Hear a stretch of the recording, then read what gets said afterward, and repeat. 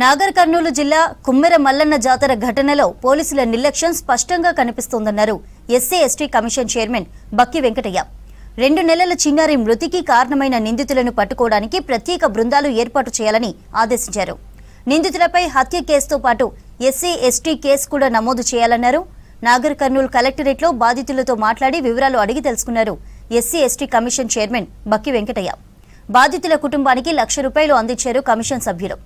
బాధిత కుటుంబానికి ప్రభుత్వ ఉద్యోగం కల్పించాలని, నాగర్ కర్నూలులో డబుల్ బెడ్రూమ్ ఇల్లు ఇవ్వాలని కలెక్టర్కు సూచించారు.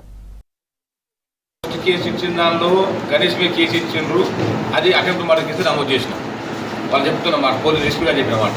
ఇప్పుడు చనిపోయింది కనుక పోస్ట్ మార్టం రిపోర్ట్ వచ్చేది ఉంది.